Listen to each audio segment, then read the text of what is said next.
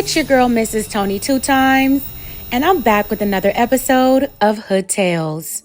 In this video, I'll be taking it to Atlanta, Georgia, to discuss the tragic story of 17-year-old Dennetta Franks, who lost her life after a series of unfortunate events that led her to mix in with the wrong people. But before we get into this video, I'd like to say thank you to Daryl Bird for his donation and support. Thank you, Daryl. We really appreciate you. If you'd also like to support the channel financially, you can send us a Cash App to the information on the screen. And to support us for absolutely no cost, please hit that like button. Also, make sure you subscribe if you haven't already and join the Tony 2 Times family. Tap that notification bell so you don't miss any future uploads. Also, if you'd like to see more episodes of Hood Tales, please click the link to the playlist in the description box after this video to get caught up.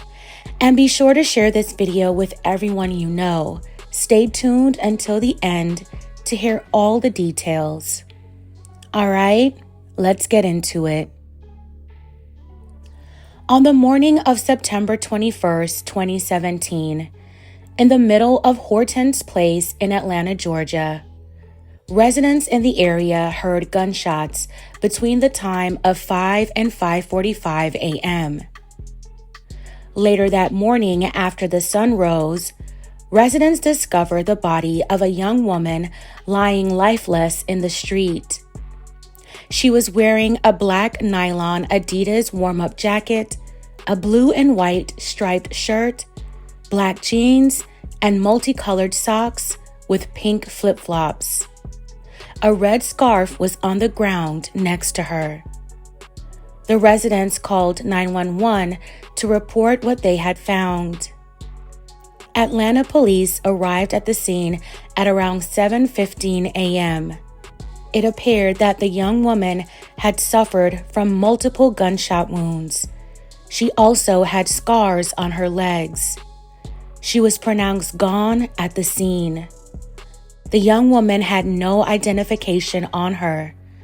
Her fingerprints were run in a law enforcement database, but no results were found. She was considered a Jane Doe. She had no name and no home. The mystery of who she was and how she ended up slain at the intersection of Florence and Hortense Place Northwest had just begun. A composite sketch and facial reconstruction of the Jane Doe was released to the public. A week or so later, on September 28th or 29th, 24-year-old Michael Franks, an Army sergeant at Fort Benning working on post, was contacted by a friend of his who saw the facial reconstruction of the Jane Doe, whose body was found on September 21st, 2017 in Atlanta. Michael told his friend to text him the composite. When he received the text, he immediately broke down and could barely stand. The photo looked like his little sister, 17-year-old Dennetta Franks. He called the homicide number and told the detectives he was 99% sure that that was his sister. From there, Michael went to Atlanta to identify that it was indeed his sister, Dennetta Franks. The story of how Denetta ended up slain in the street would trace back to years of her being in the foster system in Georgia and the troubles she faced along the way. Denetta's family is originally from Atlanta, but her parents broke up when her and her siblings were young. Dennetta was described as shy and goofy. She loved to laugh and make jokes. Denetta's mother later moved to Carrollton, Georgia. Dennetta stayed with her mother for a period of time, while her older brother Michael and 2 other brothers lived with their father in Atlanta. Dennetta visited her father and brother often. In 2014, when Dennetta was about 12 or 13, She entered the foster care system after alleging mistreatment from her mother and stepfather, according to reports. Because of these allegations, they went to court, and the authorities said Denetta and the stepfather couldn't be in the same house. According to records, her mother then went to court and gave up all her parental rights. In the 2014 CPS report, a caseworker wrote, "Parents admit to using physical discipline, but not to the extent of mistreatment. Mother and maternal grandmother stated they do spank. Denetta and the other children in the home did not have any marks or bruises on them. None of the other children reported inappropriate touching. The child's story has changed every time she's interviewed. Law enforcement will be closing the case and unable to prosecute." Despite the report, Denetta was removed from the home. By the time Denetta entered the system, her brother Michael had joined the army and wasn't always around. He tried to get Denetta in his care, but DFCS denied him due to his military deployment.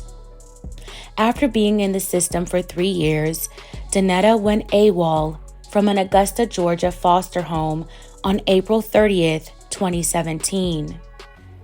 In that situation, Denetta's foster mother reported to DFCS that Denetta and a male friend had been inside the house watching TV. Denetta and the guy decided to go outside and stayed out for a long time. The foster mother sent her son to check on Denetta. The son called out to Denetta, but she didn't respond. When Denetta returned to the house 5 minutes later, she told her foster mother that the guy she was with had put his hands on her. The foster mother didn't believe her and said, "Y'all outside doing something y'all had no business doing," according to the report. Denetta then walked out of the house and didn't return until the next day. The foster mother called 911 and reported her missing. A police officer brought Denetta back the following morning. When the foster mother told the officer what Denetta said happened to her, the officer said she was lying and it sounded like BS, according to what the foster mother said in the report.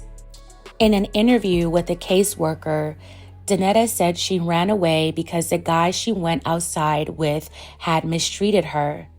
Denetta stated she was outside with a male friend and he accused her of cheating on him. Denetta informed him that she did not cheat on him, but did admit to talking to another male friend. According to the report, Denetta said the guy then pushed her on the ground, spit in her face, and put a stick to her neck, preventing her from breathing or talking. Denetta went on to tell the caseworker that she heard the foster mother's son calling her name, but couldn't answer because of what the guy was doing. She then heard her foster mother calling out to her and asked him to release her so she could go in the house. He allowed her to get up and said, "I know where you live, but you don't know where I live. If you call the police, I will end your life." Denetta said she became upset because her foster mother didn't believe her and she decided to spend the night at a Waffle House. Later, she informed the caseworker that she was planning to leave the foster mother's home. The caseworker tried to calm her down, but Denetta ran away. The caseworker and a police officer caught up with Denetta and talked to her about running away. Denetta informed them that she didn't want to return to the foster home and that she wanted the Carroll County DFCS to come and get her. She was taken back to the foster mother's home, but the woman refused to take Denetta back in because she would keep running away.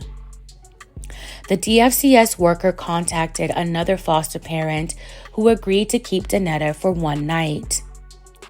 On May 2nd, a case manager wrote a report stating that Denetta had exhausted all possible placement options for her in their Augusta office. They didn't believe it was in her best interest for her to remain in her emergency foster home due to the foster parent having a 17-year-old son in the home as well. They felt that Denetta may have some serious issues with male peers. The caseworker mentioned the previous incident that caused Denetta to run away from her foster home on Sunday, April 30th, 2017, and again on May 1st, because of how the incident made her feel. So in June 2017, a Carroll County judge signed an order which basically stated that Denetta was a dependent child, and in consideration of her health, safety, and best interests, the court found she could not safely return home. DFCS would maintain legal and physical custody of Denetta. Denetta was placed in another facility, but she ran away from there. She was then placed in a Holiday Inn Express in Columbus, Georgia.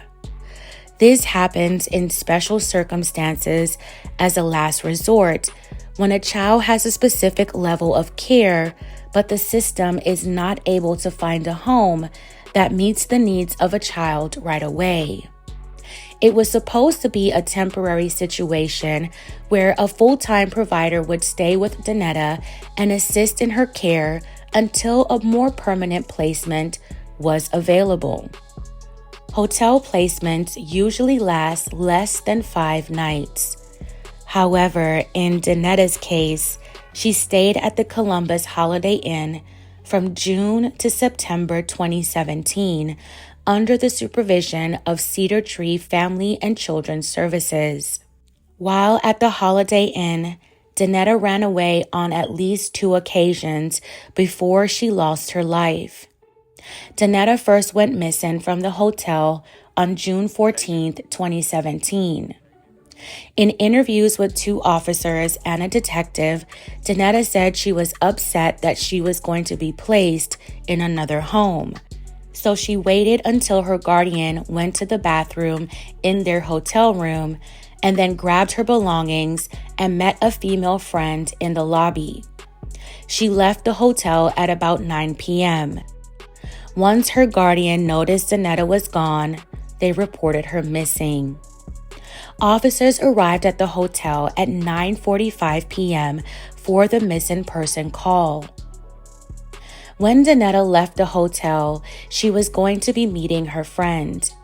They were supposed to be going to the friend's sister's house. Instead, Denetta said she got into a car driven by her friend's boyfriend. Denetta said the boyfriend, who was about 21 years old, drove them to a gated apartment complex where he used some form of ID to get in, according to the report. Another man who was about 25 met them at the apartment. Denetta said she told her friend, "I thought it was going to be just us 3. The friend said, "No, he has a homeboy. Why didn't you wear something nice?" Denetta told her friend that she wasn't there to impress anyone, but her friend insisted that she change once they got to the boyfriend's apartment.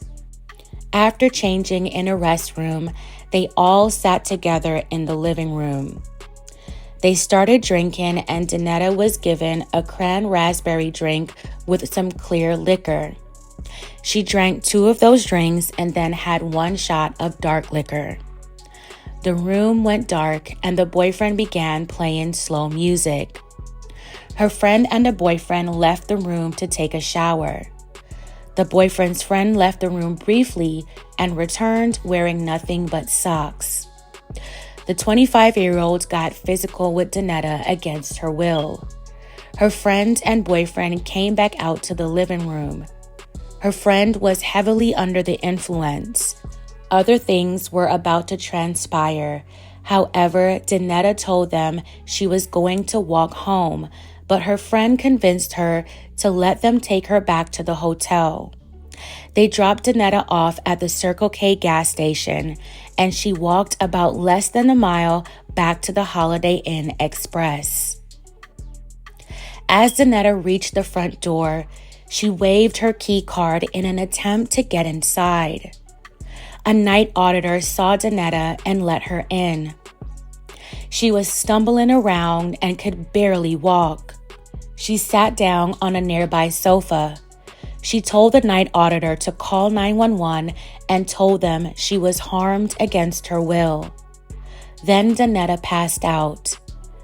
Officers and paramedics arrived at the scene at 12:45 a.m. and Denetta was taken to the hospital and evaluated. An investigation was launched into Denetta's claims. After that incident, Denetta seemed as if she wanted to get her life on track. Denetta told a caseworker that she wanted to join the Job Corps and get a GED and enroll at a trade school to become a nurse. A judge ordered DFCS to have a transitional roundtable with Denetta to work towards those goals. As the summer came to an end, Denetta's dream to join the Job Corps was finally coming true, and she was looking forward to having more freedom. Denetta had plans to sign herself out of the foster care system in December when she turned 18, and hoped to live with her brother Michael. She also talked about considering participating in the state's independent living program that helps teens transition out of foster care when they come of age. Suddenly, Denetta started having second thoughts about her plans to have a better life. Denetta changed her mind about joining the Job Corps because she didn't want to live in a dorm setting. She also didn't want to participate in the ILP program because she feared something might happen to her if she lived alone and no one would be there to look out for her. Despite her uncertainty, she seemed to be doing better. But then Denetta was on the run again. On September 7th, 2017, Cedar Tree had contacted DFCS stating that Denetta had gotten dressed between 2 and 2:30 a.m., put on makeup, and left in a vehicle with someone. The behavioral aide who had been watching Denetta said on the day she ran away, things seemed to be going well before she left. Denetta was having a good day. They did her hair and they weren't any issues. Denetta was on her cell phone and using the phone as she normally would. She was happy and giggling on the phone. At the same time, behind Denetta's smile, she was dealing with something that had her fearful. On August 30th, another teenager who Cedar Tree cared for had ran away. After that incident, Denetta told Columbus police that the teen was picked up by a male who was a part of the X trade and would probably take her life. She provided police with the name and the number of the individual. The next day, Denetta became concerned that she had told the police too much information. After lying in bed that night, she told her caregiver that she wanted a soda. They went down to the vending machine together, but then Denetta changed her mind. They returned back to the room and the caregiver noticed Denetta had a bag near the door. The caregiver asked Denetta if she planned on running away, and she said no. Sometime later, Denetta said she was going to sleep and went to turn off the lights. That's when she grabbed her bags and ran out the door. The caregiver ran after Denetta, but she seemed to have vanished. The day after Denetta ran away, she called her brother Michael, frantically saying she wanted him to pick her up from a house on Victory Drive in Columbus. Denetta told her brother she was in trouble and she was afraid for her life. She told him she couldn't be on the phone too long. Denetta's brother didn't hesitate and didn't care about the consequences. He wanted his baby sister to be safe, so he went to pick her up after Denetta sent him the address. Michael picked up one of his friends and headed to the house on Victory Drive. Dennetta asked her brother to park just up the street from the house and she would meet him there. After he picked her up, he took her to his apartment on Warm Springs Road. Michael had a 1-year-old son he was raising. Everything seemed normal and Dennetta was doing okay. Her brother asked why she wanted to leave the group home, and she said she really didn't want to be in Columbus anymore and she felt neglected. She wanted to be with her family. She was tired of bouncing around and wanted to be stable. She wanted to be with their dad. About a week later, Michael took her to their father in Atlanta. He thought she would be safer there. So on September 15th, 2017, Michael and Dennetta made the trip to Atlanta. However, what Michael didn't know was Dennetta would get herself into trouble she couldn't get out of. 2 days after she arrived in Atlanta, Michael received a call from his father telling him that Dennetta had run away from his home.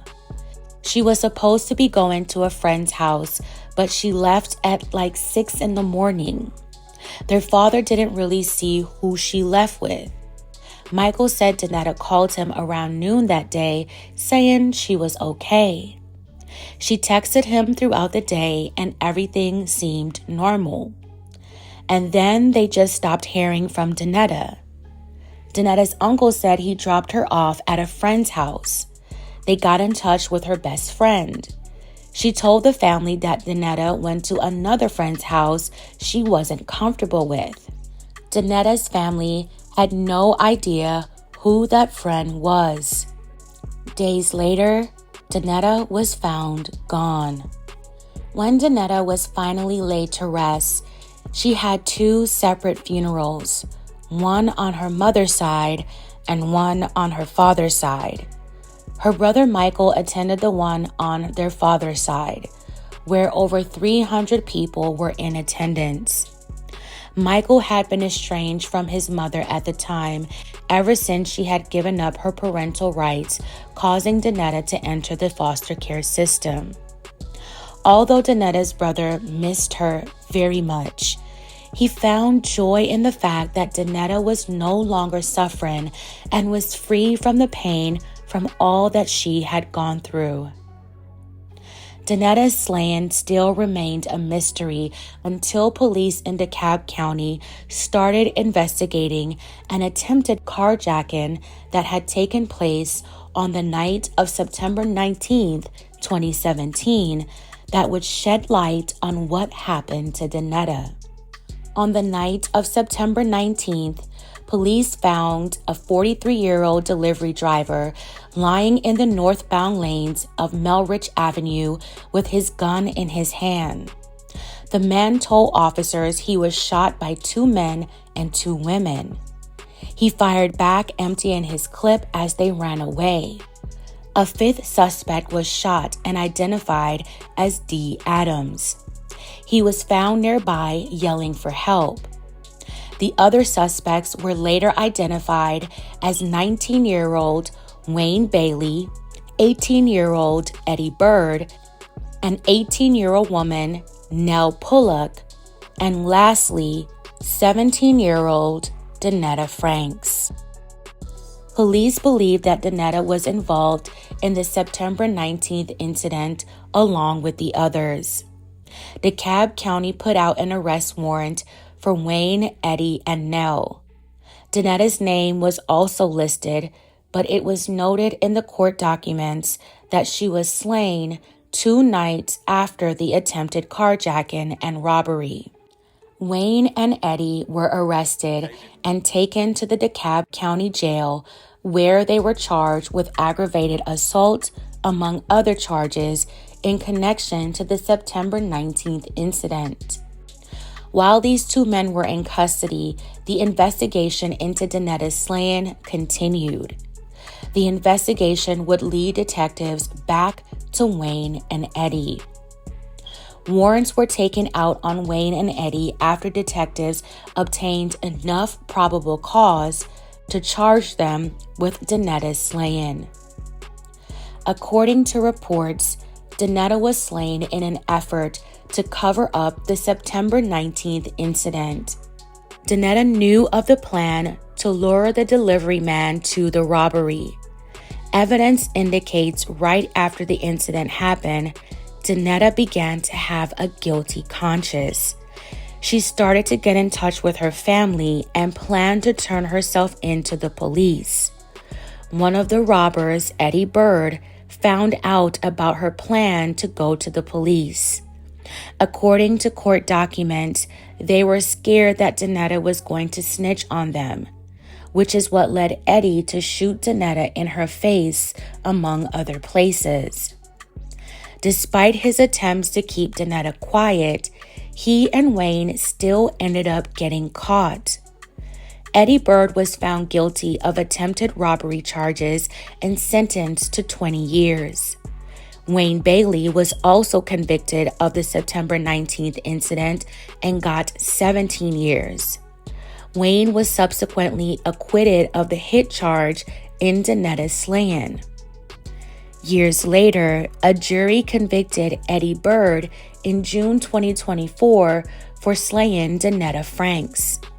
He now faces life in prison without the possibility of parole, plus 5 years. The prosecutor who tried the case said they believe that the co-defendant Wayne was acquitted because testimony indicated Eddie fired the first shot.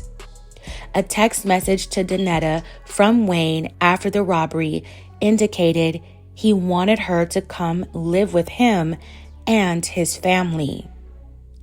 Eddie Bird's defense was basically that he wasn't at the scene when Denetta was slain, which the jury didn't believe. A motion for a new trial was filed on Eddie's behalf. May Dennetta Franks continue to rest in peace. My belated condolences to her family and everyone who cared for Denetta. I have so much I can say on this tragic story, but all I can say is that I feel like there are people out there who failed this young girl. She was mishandled in many ways, which I believe caused her to make the choices she made. She was desperate for love, stability, and guidance, but didn't know who to trust and when the love was real. She was seeking to find where she belonged, but landed in all the wrong places. Friends that were supposed to be her friends were not. The men she came in contact with took advantage of her because she was vulnerable. I really feel like Denetta wanted a way out, but just didn't know how to go about it, so she was always running away to avoid further disappointment. Fam, I'm going to leave the rest up to you. Tell me your thoughts on this tragedy. I would love to hear how you feel about Dennetta's story. Let me know in the comments below. All right, fam, that's it for this episode of Hood Tales. I know that this is a longer video. I appreciate you making it all the way to the end. If you made it this far, please leave an angel or dove emoji in the comments below. Thank you so much for watching. Please don't forget to like, share, and subscribe. This is your girl, Mrs. Tony 2 Times. Until next time.